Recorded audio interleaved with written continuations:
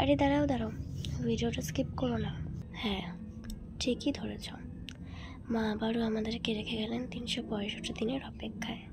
কি অদ্ভুত, তাই না? দেখতে দেখতে 4 দিন নিমিষেই কেটে গেল। এই 2 দিন আগেই না শুনলাম পঞ্চমী ষষ্ঠী, গতকাল নাকি দশমীও পেরিয়ে গেল। মা ফিরে গেল কৈলাসে। আবার 365 দিন অপেক্ষা করে থাকতে হবে মায়ের জন্য। মা আসলে যেন নতুন করে বাঁচার আশা ফিরে পাই, আর মা চলে গেলে যেন মনে হয় সবটুকু শেষ হয়ে গেছে। এই দশমীর দিনটা খুবই আবেগ ভরা, যন্ত্রণাদায়ক একটা দিন।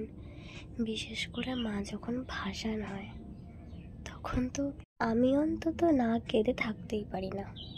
জানো তো, আমি গতকাল মায়ের কাছে প্রে করলাম, মা তুমি তাড়াতাড়ি ফিরে এসো, আর কিচ্ছু চাই না, তুমি তাড়াতাড়ি ফিরে এসো।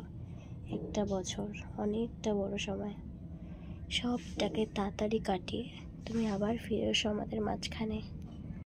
আবার নতুন করে বাঁচার আশা ফিরিয়ে তোলো আমাদের মধ্যে। তোমার মুখের দিকে তাকালে যে শান্তি পাই, সেই শান্তি ফিরিয়ে নিয়ে এসো। আর তোমরা মায়ের কাছে কী চেয়েছো কমেন্টে জানাতে ভুলো না কিন্তু। আর আজ যে ড্রয়িংটা তোমাদের সঙ্গে আমি শেয়ার করছি, এই ড্রয়িংটা করতে আমার খুব কষ্ট হচ্ছিল। যেন মনে হচ্ছিল মা আবারও আমাকে ছেড়ে কতটা দূরে চলে যাচ্ছে।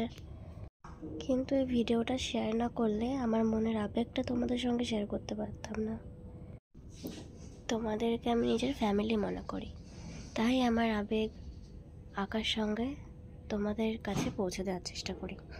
আর তোমরা আমাকে নিজের মনেই করো না, আর যদি নিজের মনেই করতে, আবেগটাকে গ্রহণ করতে।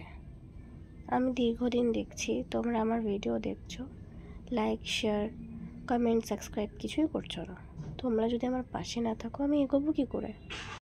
আর তোমাদের কীরকম ড্রয়িং পছন্দ আমাকে প্লিজ কমেন্টে বলো, আমি তোমাদের রিকোয়েস্টে সেরকম ড্রয়িং করার চেষ্টা করব।